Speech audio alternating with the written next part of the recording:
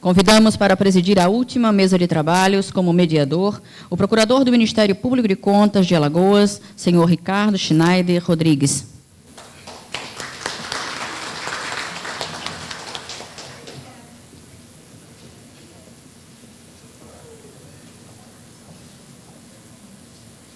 Para esta palestra, convidamos a especialista em Gestão e Políticas Públicas, Marilene Souza Alves, que irá nos falar sobre atos administrativos de pessoal.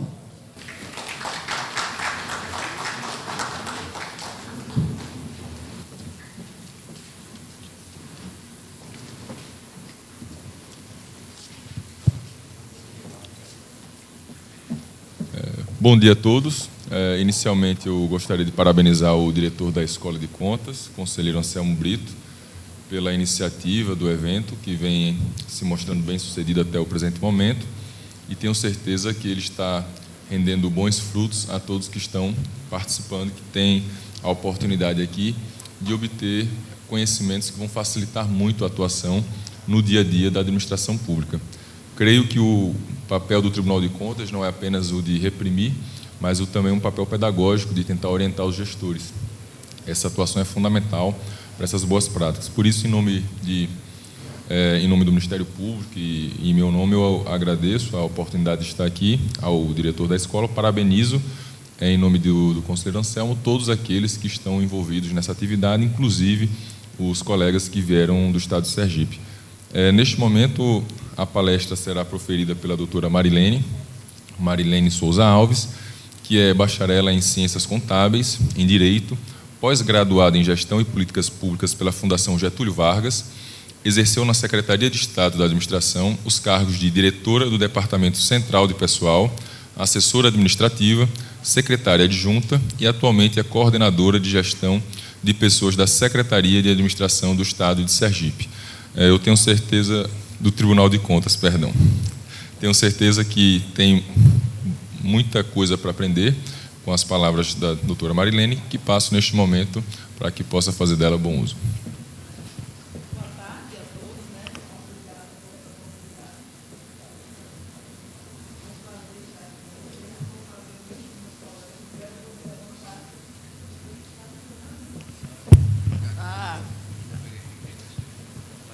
Pronto, agora boa tarde de novo a todos, não é?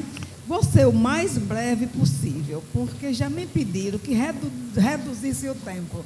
E isso eu vou fazer o possível para realmente reduzir, que ato de pessoal é abrangente, apesar de ter colocado bem reduzido, mas farei o possível para não cansar os senhores. Vou descer um pouco.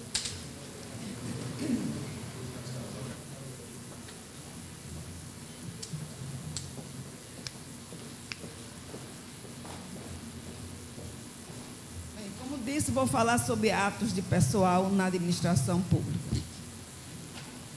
Gostaria de deixar uma mensagem, né? Chame o sucesso para fazer parte de sua vida, acredite no seu potencial criador, seja inovador, treine sua mente para vencer, estipule metas e, principalmente, lute por seus ideais.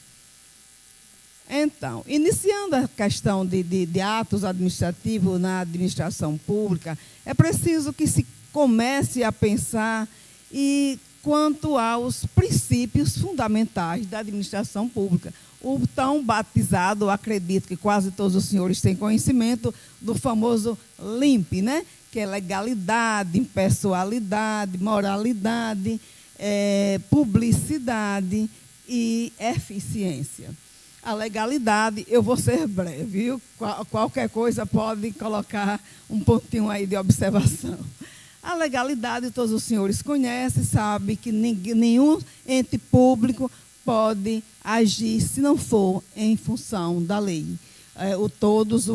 Mediante a submissão da administração, a lei, o poder torna-se objetivado. Então, o princípio da legalidade é básico e todos têm conhecimento. Vou falar bem rápido sobre essas questões. A impessoalidade, o que é evitar o favoritismo, né? Evitar você usar do princípio também da isonomia, ser isonômico, né? Evitar que você dê tratamentos iguais aos iguais, não é? A moralidade, né? É o que é questão, é a ética, é a probidade, é você agir com honradez, com honestidade, integridade, retidão retidão e caráter, né? A publicidade, né? Todo ato público, todo ato da administração pública tem que se tornar da publicidade. Se não der publicidade, não existe nenhuma validade jurídica um ato que não houver a publicidade. Eficiência, questão de qualidade, rapidez, evitar que exatamente o que contrapõe a lentidão, não é, a omissão, a negligência. Então, é você agir com qualidade na administração pública. Pronto, já corri com o princípio da publicidade. Agora, nós vamos para o ingresso no serviço público, né?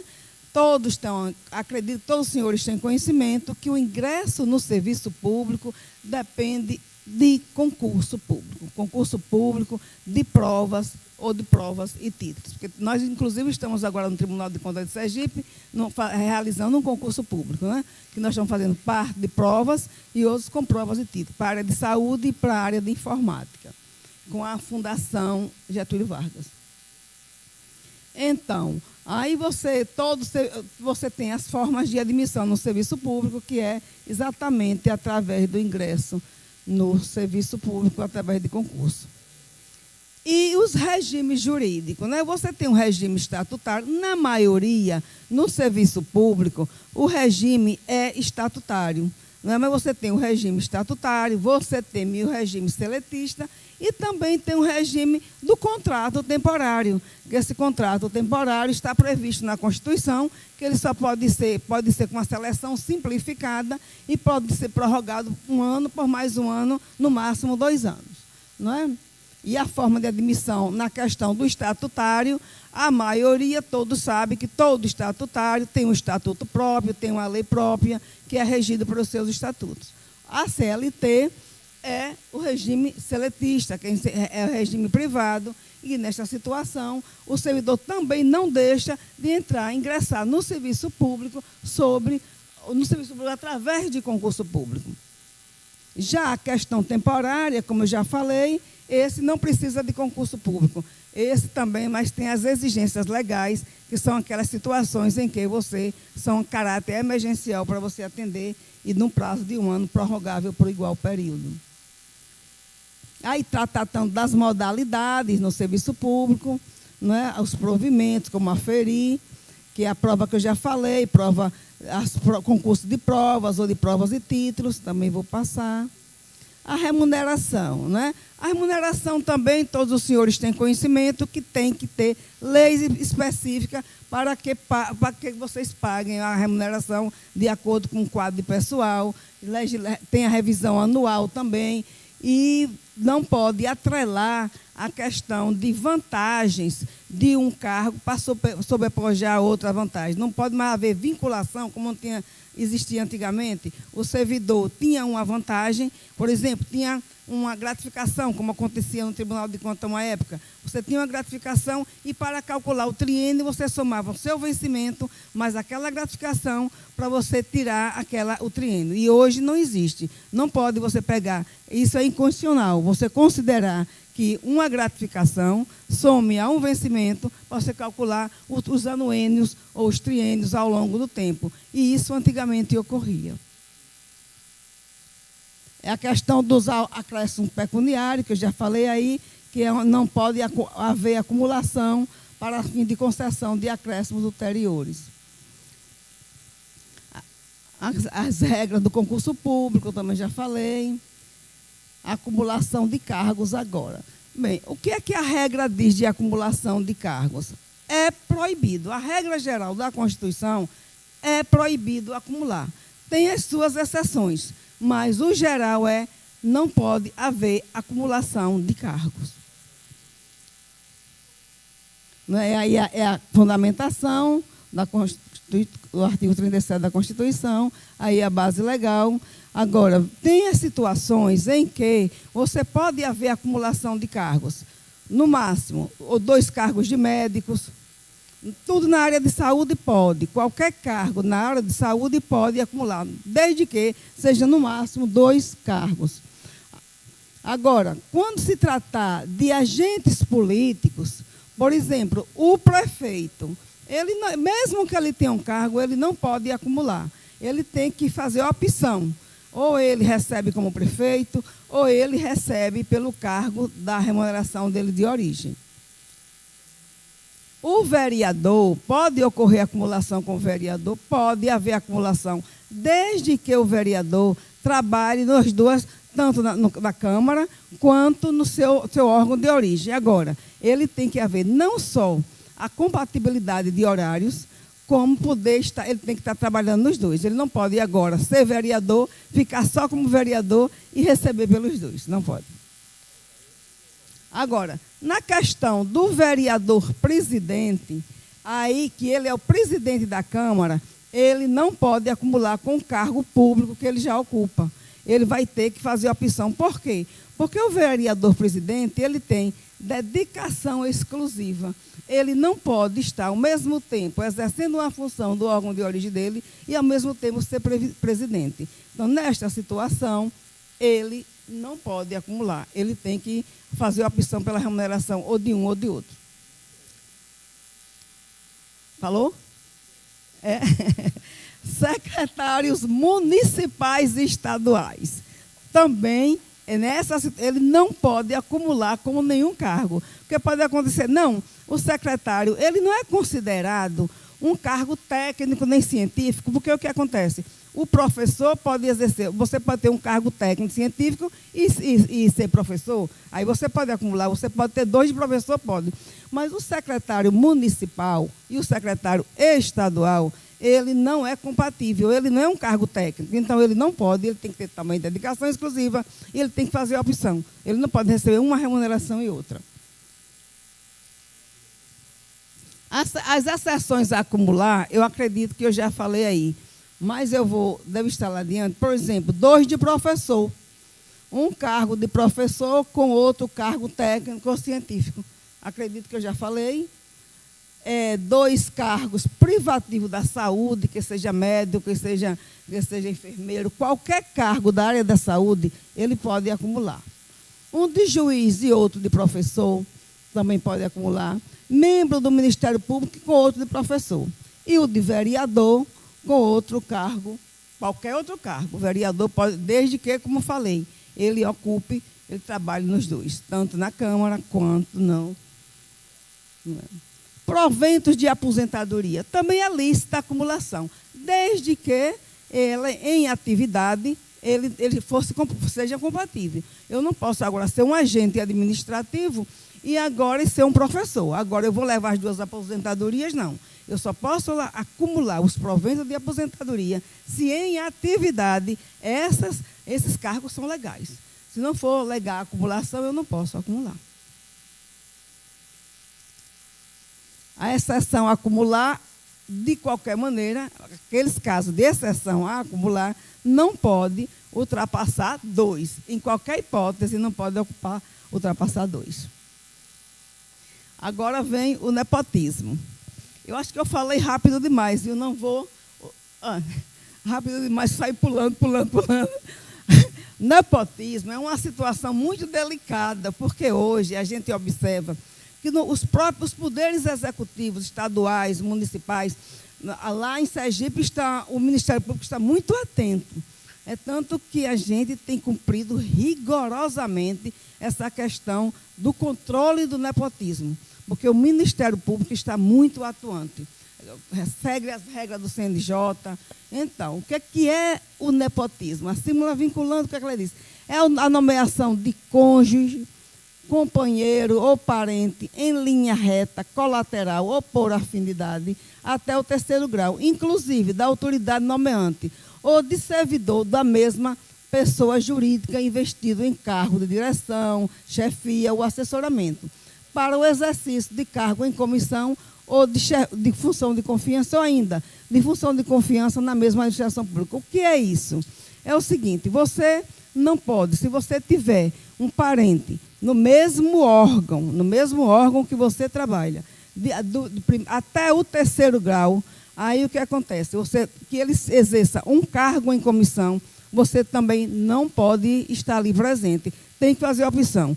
Agora, no estado de Sergipe, chegou até um limite de até os requisitados. Se você tiver 2 requisitados para aquele órgão, e até a gente entende que isso aí vai até além da súmula, se você tiver 2 requisitados para aquele órgão, você não pode. Um deles tem que ir, inclusive foi uma orientação do Ministério Público e por escrito, mandou para a gente que fizesse até a opção. Ou seja, o exemplo meu mesma, meu genro trabalhava no Tribunal de Justiça, estava lá no Tribunal de Contas cedido, eu também estava cedida, porque já tenho um vínculo de aposentado, estava cedida ao tribunal do meu vínculo de professor, e aí o Ministério Público entendeu que ele, por ser meu genro, não poderia estar lá no tribunal, ou seja, ele teve que voltar para o órgão de origem. Entendeu? Eu vejo que está até um pouquinho além, eu entendi assim, que estava até um pouquinho além da súmula vinculante. Porque o que a súmula diz é que você não pode exercer cargo em comissão no mesmo órgão até o 3º grau.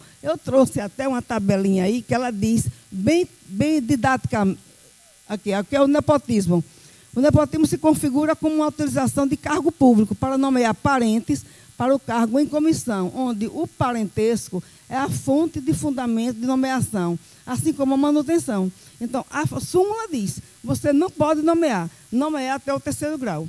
Mas, inclusive, essa parte de requisitado, o Ministério Público entende que também é nepotismo. Aqui são as regras do nepotismo, do grau de parentesco. Eu não vou ler os artigos, porque aí é texto de lei. O que é que diz? O que é o grau de linha reta, em linha colateral, quem é parente de 1º grau, de 2º grau, de 3º grau. Na tabelinha que nós colocamos, dá muito bem para os senhores terem a ideia exatamente do que é aliás, muitos devem ter o conhecimento de quem é parente de 1º, 2º e 3º grau, mas nós colocamos a tabelinha para ficar bem didáticazinha. Aí a base legal também, que continua quanto a linha reta, a linha colateral do grau de parentesco. E aí essa tabelinha. Nessa tabela, ela diz exatamente o grau de parentesco, as formas de parentesco. Então, o que está aí nessa tabela é proibido estar sobre o mesmo órgão. Inclusive, meus senhores, o nepotismo cruzado. Ou seja, não, meu tio não está trabalhando no Tribunal de Contas comigo. Não, agora eu não posso, porque é nepotismo, mas vamos fazer o seguinte, você manda o seu parente daí para cá e eu mando o meu daqui para lá. É o que eles chamam de nepotismo cruzado. E também, se descobrir essa questão, nós tivemos um problema recente lá também, e lá chega junto. O Ministério Público não deixa vacilar. Então, o que acontece? Nós temos o quê? Parentesco consanguíneo. Em linha reta, nós temos o ascendente, que é o 1º grau, o 2º grau e o 3º grau. 1º grau, o ascendente, nós temos pais, inclusive madrasta e padrasto. Não só pais, como madrasta e padrasto. Nós temos em 2º grau os avós. Então, você não pode ter um cargo em comissão lá no seu órgão de um avô e o seu também. Também é nepotismo. O bisavô também em 3º grau. Chega até o bisavô, né? Mas o primo já é 4º grau, então o primo pode. Né? Em linha colateral, que são os filhos, os netos e os bisnetos. Então, tanto em linha reta quanto em linha colateral são os consanguíneos. Mas ainda vem, minha gente, os parentes por afinidade, né? Porque a afinidade, que são que em linha reta você tem os ascendentes, e o sogro, foi o meu caso, né? Meu genro teve que ir embora. O sogro, a sogra, ou inclusive madrasta, padrasta do cônjuge ou do companheiro. Em 2º grau, você tem os avós do cônjuge e o companheiro. Bisavó em 3º grau, você tem bisavós do cônjuge ou companheiro. Eu não sei como é que funciona aqui em Alagoas, se os senhores estão realmente já acompanhando essa parte de nepotismo, porque em Sergipe não é fácil estar acompanhando. Agora, a nível do Poder Executivo, não. Executivo, eu não sei, eles não estão ainda, estão assim, o Ministério Público ainda não atuou perante o Poder Executivo, mas dentro do Tribunal de Contas, dentro do próprio Tribunal de Justiça, eles seguem rigorosamente a regra do CNJ. Nas regras do CNJ, aí eles estão, assim, o Tribunal de Justiça é muito cuidadoso com isso. O Tribunal de Contas também, que está fazendo rigorosamente toda a orientação que é dada pela legislação, e o Ministério Público também. Aí vamos lá concluir aqui a questão da linha, os parentescos por afinidade. Nós temos em linha colateral os enteados, que são genros, noras, inclusive do cônjuge ou companheiro. E os netos, em segundo grau, que é inclusive do cônjuge e companheiro, o bisneto, inclusive dos cônjuges e companheiro, e em linha colateral, os cunhados, irmãos do cônjuge e companheiro, tios, sobrinhos do cônjuge ou companheiro, ou seja, não salva ninguém. Teve o terceiro grau, não pode. Então, realmente é uma questão de... Acredito que eu falei muito rápido, fui muito... Não foi, não? Compliquei. Se eu deixei alguma dúvida, estou à disposição para os senhores. Se quiserem fazer alguma pergunta, se não, nós estamos à disposição através de e-mail para responder e botar uma mensagenzinha. Por vezes sentimos que aquilo que fazemos não é senão uma gota d'água no mar, mas o mar seria menor se lhe faltasse uma gota. Madre Teresa de Calcutá. Obrigada pela atenção de todos. Desculpe o atropelo. Eu sei.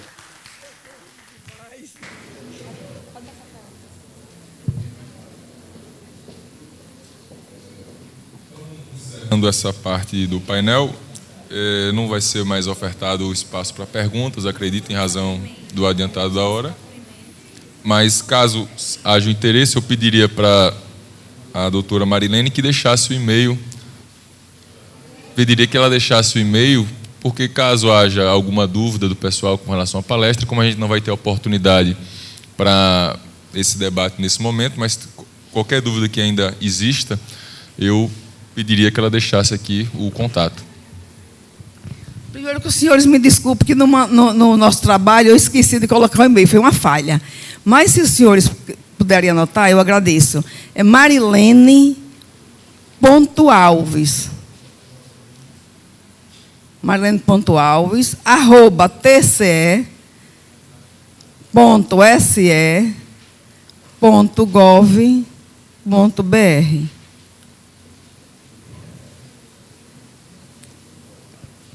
Então, sendo assim, declaro encerrada essa parte do painel, passando a palavra para a mestre de cerimônia. Muito obrigado.